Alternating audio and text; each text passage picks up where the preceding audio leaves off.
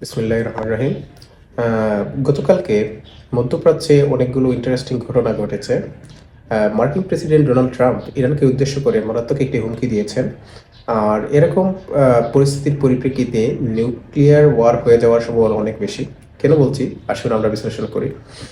প্রথমত, Donald Trump গত 48 ঘন্টা আগে তিনি ইরানকে উদ্দেশ্য করে একটি আলটিমেটাম দিয়েছিলেন যে ইরান যদি এই যে হরমুজ প্রণালী ছেড়ে না দেয় তবে তিনি ইরানের ইলেকট্রিসিটি প্ল্যান্টগুলোতে হামলা করবেন। যদিও ইরানের ইলেকট্রিসিটি প্ল্যান্টগুলো কেন্দ্রীভূত না, অর্থাৎ একই জায়গা থেকে সবকিছু পরিচালিত হয় না। প্রত্যেকটি প্রদেশের জন্য আলাদা আলাদা ইলেকট্রিসিটি প্ল্যান্ট রয়েছে এবং সেগুলো দ্বারাই তারা তাদের সেখানের ইলেকট্রিসিটি চাহিদা তারা সম্পূর্ণ করে থাকে। প্রায় 400-রও বেশি ইলেকট্রিসিটি প্ল্যান্ট রয়েছে ইরানে।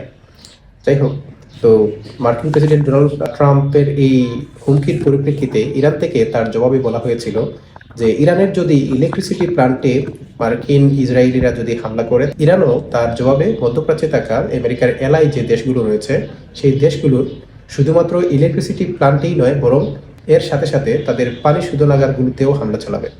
এই সংবাদটি যখন মার্কিন প্রেসিডেন্ট ডোনাল্ড ট্রাম্প জানতে পারেন, তখন তিনি অনেকটা রাগান্বিত হয়ে তিনি একটি কথা বললেন যে ডোন্ট ডু দ্যাট। ইরান যদি এরকম দৃষ্টতা দেখায় তবে তিনি এমন অস্ত্র ব্যবহার করবেন যা তিনি আগে ব্যবহার করেন নাই। এখন আমরা একটু ব্যাখ্যা বিশ্লেষণ করলে বুঝতে পারি যে আসলে ইরানে মার্কিন ইসরায়েলিরা সব ধরনের অস্ত্রগুলো তারা আসলে ব্যবহার করেছে, শুধুমাত্র নিউক্লিয়ার ওয়ারহেড ছাড়া। সুতরাং তিনি একটু ইঙ্গিতের মাধ্যমে তিনি অস্পষ্টভাবে নিউক্লিয়ার অ্যাটাকের একটি হুমকি দিয়ে রাখলেন। কিন্তু তার এই বক্তব্যের জবাবে ইরান থেকে বলা হয়েছে যে আগে শুধু তাদের লক্ষ্য ছিল যে ওই যে মার্কিন এলাই যে দেশগুলো রয়েছে সেগুলোর ইলেকট্রিসিটি প্ল্যান্ট এবং ওয়াটার ডিসলিউশন সেন্টার, এখন তারা আরও গভীরে যাবে এবং এন্টায়ার ওয়ার্ল্ডের সাবমেরিন কেবল পুরোপুরিভাবে ডিস্ট্রয় করে দিবে। এখন এটা কেন বিপজ্জনক? আমরা যে ইন্টারনেট ব্যবহার করি তার 99% হচ্ছে সাবমেরিন কেবল দ্বারা নিয়ন্ত্রিত।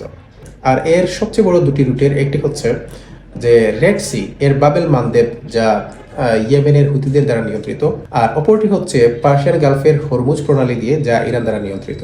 সুতরাং এই কি পয়েন্টে যদি ইরান হামলা করে তাহলে সারা পৃথিবীকে তারা ইন্টারনেট বিচ্ছিন্ন করে দিবে, অর্থাৎ পুরো পৃথিবীর 90% ইন্টারনেট বিচ্ছিন্ন হয়ে যাবে। একবার চিন্তা করুন, যদি পৃথিবীর ইন্টারনেট বন্ধ হয়ে যায় তাহলে এই পৃথিবীর যে ক্রিপ্টো, এরপর স্টক মার্কেট, ইভেন সারা পৃথিবীর যত ব্যবসা বাণিজ্য আছে সব কিছুই কলাপস করবে। ব্যাপারটা অনেকটা এরকম যে ইউএস যখন ইরানকে বলে আমি তোমার শেষ দেখে ছাড়বো, ঠিক তার জবাবে ইরানও আমেরিকাকে উদ্দেশ্য করে বলে যে আমিও তোমার শেষ দেখে ছাড়বো। আচ্ছা, এখন আর নিউক্লিয়ার থ্রেটটা কেন রিয়েল হতে পারে আমি বলি যে পৃথিবীতে এইবারই প্রথম একটি নন নিউক্লিয়ার কান্ট্রি দুইটি নিউক্লিয়ার শক্তি সমৃদ্ধ দুইটি দেশের বিরুদ্ধে একাই এইভাবে স্ট্রাইক করেছে এবং একসাথে যুদ্ধ করছে। আর ধরেন ইউএস এর মিডল ইস্টে যত ধরনের ফ্যাসিলিটিস রয়েছে সবগুলোতেই ইরান হামলা করেছে এবং অনেকগুলো একেবারে ডিস্ট্রয় করে দিয়েছে। আবার ইরানের নাতানজ পারমাণবিক স্থাপনায় হামলার জবাবে ইরানও ইসরায়েলের দিমোনা পারমাণবিক স্থাপনার যে ফ্যাসিলিটিস রয়েছে সেগুলোতে হামলা করেছে। অর্থাৎ দিমোনা পারমাণবিক কেন্দ্রে যেসব সায়েন্টিস্ট বিল্ডিং রয়েছে সেগুলোর অনেকটাই পুরোপুরিভাবে ডিস্ট্রয় করে দিয়েছে ইরান। আর এটা পৃথিবীতে প্রথমবারই ঘটেছে যে একটি নন নিউক্লিয়ার কান্ট্রি একটি নিউক্লিয়ার কান্ট্রির নিউক্লিয়ার ফ্যাসিলিটিসে এভাবে আক্রমণ করেছে। মানে এই সাহসটা আগে চিন্তা করেন যে এরকম এটাকে সাহস যা পৃথিবীর অন্য কোনো দেশ আগে কখনোই দেখাতে পারে নাই। তাছাড়াও ইরানের গতকালকে নেভাল কমান্ডার আরেকটি কথা উল্লেখ করেছেন যা এখন সবথেকে বেশি আলোচিত হয়েছে, যে mighty America don't know what we are hiding underground.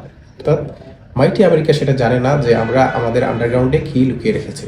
তিনি আরও বলেছেন যে তাদের কোনো আইডিয়া নেই আমাদের ওয়েপন রেঞ্জ এবং ডিস্ট্রাকটিভ ক্যাপাবিলিটি সম্পর্কে। তাদের এই কথাগুলো কেন বিশ্বাস করবো আমরা? তার পেছনে অনেকগুলো যৌক্তিক কারণ রয়েছে। শুরুতেই তারা বলেছিল আমরা অনেকগুলো নতুন নতুন চমক নিয়ে হাজির হব, আর তারা তাদের কথাগুলো রেখেছে।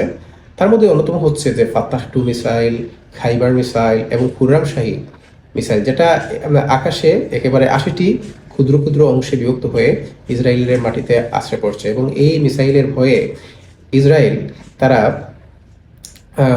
অনেকবার যে ইরান আন্তর্জাতিক যুদ্ধ ইন্টারন্যাশনাল ল ভায়োলেন্স করছে, ইরান ইন্টারন্যাশনাল ল ভায়োলেন্স করছে, এরকম কথাও তারা অনেকবার বলেছে। এখন এছাড়াও তারা নতুন নতুন অনেকগুলো ড্রোন তারা নিয়ে এসেছে যেগুলোর যুদ্ধ ময়দানেই আমরা তার কার্যকারিতা দেখতে পেয়েছি। বলা হচ্ছে যে ইরান তারা ইতিমধ্যে যে যে বিষয়গুলো ক্লেম করেছে তার সবগুলোই তারা করে দেখিয়েছে। সার্গে সাইগো গতকাল মস্কোতে একটি প্রেস কনফারেন্সে বলেছেন, what we R Singh in Iran it's true, and তাদের এমন অনেক মিসাইল আর্সেনাল রয়েছে যা পৃথিবীর অনেকেরই অজানা। আর যখন পৃথিবীর দ্বিতীয় শক্তিধর মিলিটারি টপ জেনারেল ইরান সম্পর্কে এরকম কথা বলেন, অবশ্যই বিশ্বাস করতে হবে যে ইরানের কাছে এমন কিছু আছে যা ম্যাসিভ ডিস্ট্রাকশন তৈরি করতে পারে। তাহলে এই সমস্যাটির সমাধান কি? গতকালকে ইসরায়েলের একজন জেনারেল নিউজ উইককে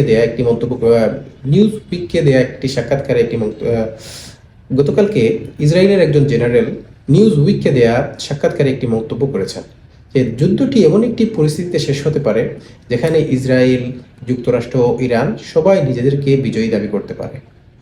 পরিশেষে আমরা বলতে চাই, এরকম একটি যুদ্ধ যা পুরো পৃথিবীর অর্থব্যবস্থাকে কাঁপিয়ে দেয়, সেটা কখনোই কাম্য নয়। আর আমাদের এই বিশ্লেষণধর্মী ভিডিওটি যদি আপনাদের ভালো লাগে, অবশ্যই আমাদের সাথে থাকবেন। ধন্যবাদ সবাইকে।